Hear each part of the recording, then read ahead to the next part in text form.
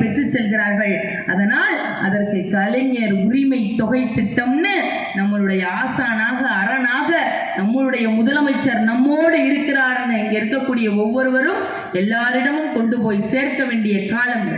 ஒன்றிய அரசு மோடி அரசு இருக்கு பாருங்க, நம்மளுக்கு எண்ணற்ற நெருக்கடிகளை கொடுத்து விட்டது. சிலிண்டரினுடைய விலை எவ்வளவு கொண்டு போய் இருக்கு பாருங்க. 450 ரூபாய் இருந்தது, இன்னைக்கு எவ்வளவு ரூபாயில் கொண்டு போய் சிலிண்டரினுடைய விலை இருக்கு.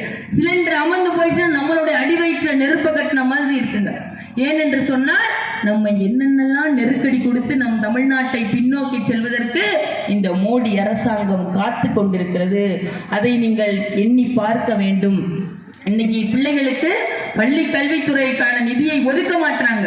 இன்னைக்கு நம்ம பிள்ளைங்க பூரா பேரம்பேத்திகள் பிள்ளைகள் எல்லாம் ஸ்கூல்ல படிக்கிறாங்க, பள்ளியில படிக்கிறாங்க.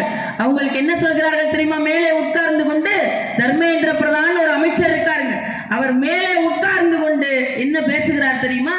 மெத்தனமாக ஒரு பேச்சை பேசுகிறார். அவர்களுடைய பதவிக்கு கூட ஒரு மரியாதை இல்லாத ஒரு நபராக இருந்து கொண்டு நம் பிள்ளைகள் இந்தி படிச்சா மட்டும்தான் அதுக்குரிய காசை உங்களுக்கு தருவேன், மும்மொழி கொள்கைன்னு ஒன்ன கொண்டு வந்திருக்காங்க இந்த ஒன்றிய மோடி அரசு. அப்படின்னு என்னன்னா NEPங்கிறது நேஷனல் எஜுகேஷன் பாலிசின்னு ஒரு திட்டத்தை கொண்டு வந்திருக்காங்க, மும்மொழி கல்வி கொள்கைன்னு. அப்படின்னா என்னன்னு தெரியுமா? அந்த காலத்தில் என்னோட தாத்தாமார்களுக்கெல்லாம் தெரிஞ்சிருக்கும். அப்ப குருகுல கல்வின்னு ஒண்ணு இருந்துச்சுங்க. மேல் சாதிக்காரர்கள் எல்லாம் தான் அங்க படிக்கணும், மற்ற எல்லாரும் யார் அப்பாக்கார்கள் என்ன தொழில் செய்யறாங்களோ அதைத்தான் அந்த பிள்ளைகள் செய்யணும்.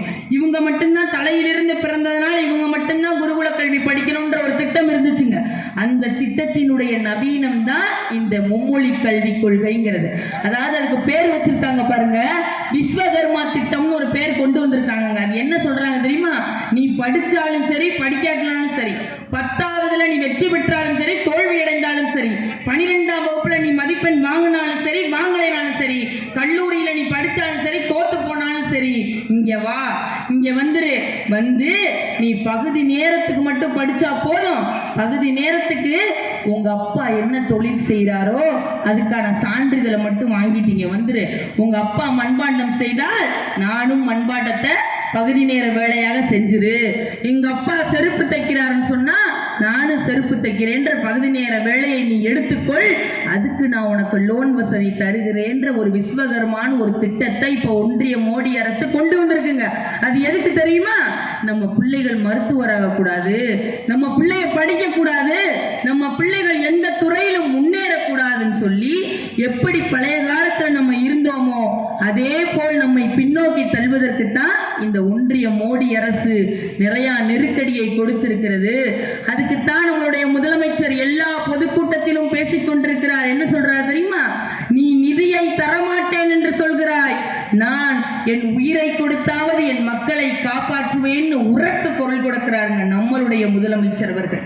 அதனாலதான் இன்னைக்கு புதுமை பெண் திட்டம்னு ஒரு அழகான திட்டம் உங்களிடத்துல எல்லாம் கண்டிப்பா இதை சொல்லியே ஆகணும்.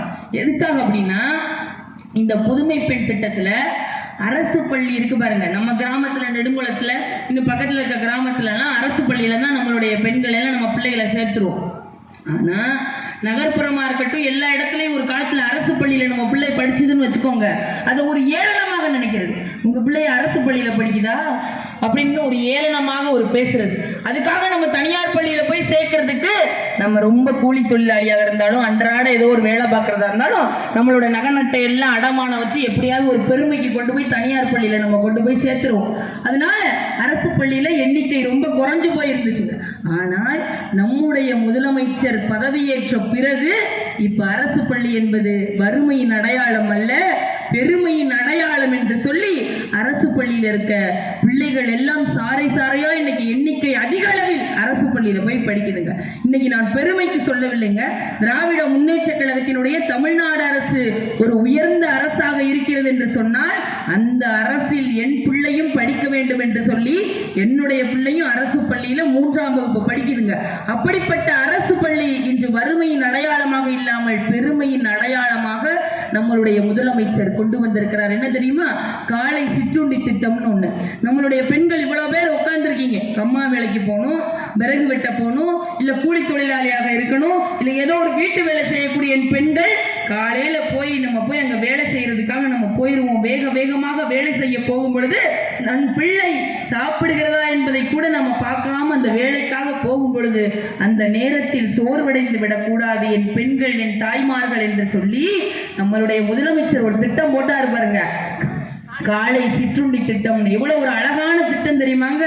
பிள்ளைகள் படிக்க முடியாம இருந்த பிள்ளைகளை, நீ பள்ளிக்கு போ, நான் உனக்கு தாத்தாவா இருக்கிறேன், நான் உனக்கு அப்பாவாக இருக்கிறேன், நீ பள்ளிக்கு செல், காலையில நான் உனக்கு சாப்பாடு தருகிறேன், நீ அந்த சாப்பாடை சாப்பிட்டு விட்டு படிப்பதற்கு போ. இதற்கு உன் அம்மாவை தேட வேண்டாம், உன் ஆயாவை தேட வேண்டாம், உன் அப்பத்தாவை தேட வேண்டாம், நான் இருக்கிறேன் உனக்கு, நீ சென்று நீ படி, உனக்கு நான் உணவு தருகிறேன் சொன்னவர் ஒரே முதலமைச்சர், நம்முடைய முதலமைச்சர் மட்டும்தாங்க. எல்லா மாநிலங்களும் வியந்து பார்த்தது இந்த திட்டத்தை பார்த்து. காலை உணவு திட்டம்னு ஒரு புனிதமான திட்டத்தை கொண்டு வந்திருக்கிற மனிதரை எல்லா மாநிலங்களும் வியந்து பார்க்கிறாங்க. இதை நம்மளும் நடைமுறைப்படுத்தலாமான்ற திட்டத்தை பல மாநிலங்கள் கொண்டு வந்திருக்காங்க. ஏன் இதை சொல்கிறேன்னு சொன்னா, இந்த ஒன்றிய மோடி அரசு இருக்கு பாருங்க, நம்ம வீட்டுல பகையாளியா இருந்தா கூட நம்ம வீட்டுக்கு வந்துட்டா வாங்கன்னு சொல்லிடுவோம், வாங்க உட்காருங்க சாப்பிடுங்கன்னு சொல்லிடுவோம். ஆனால் இந்த திட்டத்தை ஒன்றிய மோடி அரசு என்ன சொல்லுச்சு தெரியுமா? இந்த அரசு பள்ளியில படிக்கக்கூடிய பிள்ளைங்க, நம்ம அன்னாட வேலைக்கு போறப்பங்க நம்ம பிள்ளைகளை காலையில சாப்பிட முடியாம அங்க போய் சாப்பிட வைக்கக்கூடிய தாய்மார்கள் இங்க எல்லாம் நிறைய பேர் இருப்பீங்க, பக்கத்துல இருந்துட்டு இங்க கேட்டுட்டு இருக்கீங்க.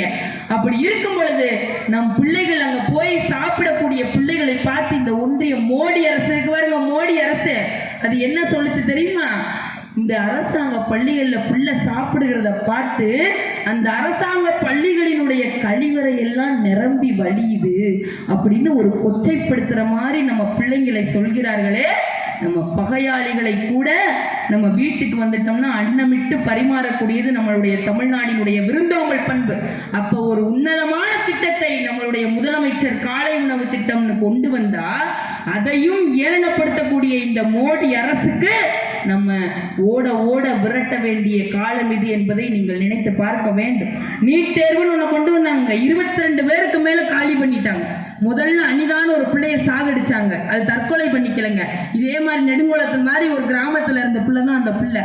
12ஆம் வகுப்புல நிறைய மதிப்பெண் வாங்குச்சு, ஒரு மருத்துவர் ஆகக்கூடிய வகையில ஒரு நல்ல ஒரு மார்க் வாங்குச்சுங்க. அந்த பிள்ளையை மதிப்பெண் பெறவிடாமல், அது ஒரு தகுதியான மதிப்பெண்ணை வாங்கி இருந்தாலும் நீ நீட் தேர்வுன்னு ஒன்னை எழுதினாத்தான் நீ மருத்துவராக முடியும் இந்த மோடி அரசு கொண்டு வந்துச்சு பாருங்க.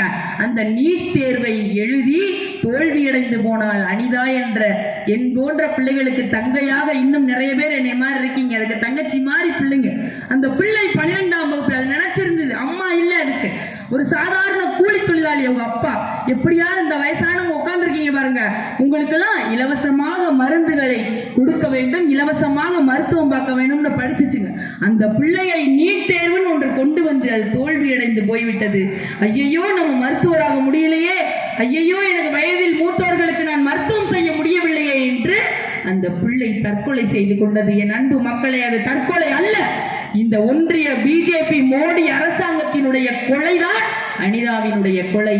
அவளுடைய ஆன்மா இன்னும் அடங்கி போகவில்லை, அனிதாவோட முடிந்து விடவில்லை. அனிதாவை தொடங்கி எண்ணற்ற பிள்ளைகள் இருக்காங்க, நிறைய பேர் இறந்து போயிட்டாங்க. நீங்க இன்னைக்கு இருக்கீங்க, இப்ப நெடுங்குளத்தில் நம்ம பிள்ளைங்களா இருக்கு, பேரம்பேத்திலாம் இருக்குங்க. தொடக்கப்பள்ளியில ஒரு மாறுவேட போட்டிக்கு கேளுங்க, என்ன நீ மாறு வேடம் போடுறேன்னு கேட்டீங்கன்னா உங்க பிள்ளைங்க என்ன சொல்லும் தெரியுமா? நான் மருத்துவர் தான் வேடம் போடுறேன்னு சொல்லும். ஒரு திருவிழா கூட்டிட்டு போங்க, அங்க போய் என்ன வேணும்னு உங்க பிள்ளைகள்கிட்ட கேளுங்க, அது உடனே கை காட்டுறது அந்த மருத்துவ உபகரணம், அந்த டாக்டர் செட்டுன்னு சொல்லுவோம் பாருங்க. அது சும்மாவாக அந்த காதுல வச்சு நம்மளுக்கு வச்சு பார்ப்போம். எப்படியாவது நான் மருத்துவராக வேண்டும்ங்கிறது நம்மளுடைய பிள்ளைகளுக்கு சிறு பிள்ளையிலேயே தோன்று விடுகிறது. அப்ப இவங்களோட நோக்கம் என்ன? இந்த மோடி அரசினுடைய நோக்கம் என்ன? நம் பிள்ளைகள் மருத்துவரே ஆகக்கூடாது. எங்கிருந்தோ ஹிந்தியை வைத்துக்கொண்டு அந்த போன்ற ஒரு பாஷை நமக்கு புரிய மாட்டேங்குது, அவங்க பேசுறது புரிய மாட்டேங்குது, அவர்கள் தான் மருத்துவராக வேண்டும். இந்த நெடுங்குளத்துல இருந்தோ நெடுங்குளத்தை சுற்றி இருக்கக்கூடிய கிராமத்துல இருந்தோ யாரும் மருத்துவராக கூடாது என்பதுதான் இந்த மோடி அரசாங்கத்தினுடைய நோக்கம். இப்பொழுது புதுசாக ஒன்ன கொண்டு வந்திருக்காங்க, ஹிந்தின்னு ஒன்ன படிச்சா மட்டும்தான் நீங்க நிதியை தருவோம், கட்டாயமா ஹிந்தி படிக்க வேணும்ன்ற ஒரு புதிய ஒரு திட்டத்தை கொண்டுட்டு வந்திருக்காங்க. ஆனால் நம்மளுடைய முதலமைச்சர் நமக்கு அரணாக நின்று சொல்லிக் கொண்டிருக்கிறார். என்ன சொல்கிறார் தெரியுமா? நீங்கள் எந்த விதத்தில், நீங்கள் எந்த ரூபத்தில் இந்தியை திணித்தாலும் ஒரு காலமும் தமிழ்நாட்டில் நீங்கள் எந்த ஒரு விதத்தையும் உள்ளே கொண்டு வர முடியாது என்பதை நம்மளுடைய முதலமைச்சர் திட்டவட்டமாக உரக்க குரல் கொடுத்து எல்லா இடத்துலையும் சொல்றாரு. ஏன்னு சொல்றேன்னா, நம்ம மண்ணுக்கு சண்டை போட்டிருப்போம், நிலத்துக்கு சண்டை போட்டிருப்போங்க. என்னமோ நம்ம உறவினர்களுக்குள்ள கூட நம்ம சண்டை போட்டிருந்திருப்போம். ஆனா 20 வயசு 21 வயசு இந்த தம்பி மாதிரி வந்து உட்கார்ந்து இருக்கிற மாதிரி ஒரு 2 பேர், இன்னும் நிறைய பேர் இறந்து போயிருக்காங்க தமிழ் மொழிக்காக. அதுல 2 பேரை மட்டும் நான் சொல்லிக்கிறேன். அந்த தாளமுத்து நடராசன் ஒரு 2 பேர் இருந்தாங்க. அந்த 2 பேருக்கும் வயது என்ன தெரியுமா? 20-21 வயது தான். 20-21 வயது. அந்த 20-21 வயது உள்ள அந்த சின்ன பயல்கள் இளைஞர்களை தமிழ் மொழிக்காக செத்து போயிருக்கிறாங்க. சாதாரணமா ஒரு மண்ணுக்காகவோ வீட்டில் இருக்க உறவினர்களுக்கான சண்டைக்காகவோ அவர்கள் இறந்து போகவில்லை. ஏன்னா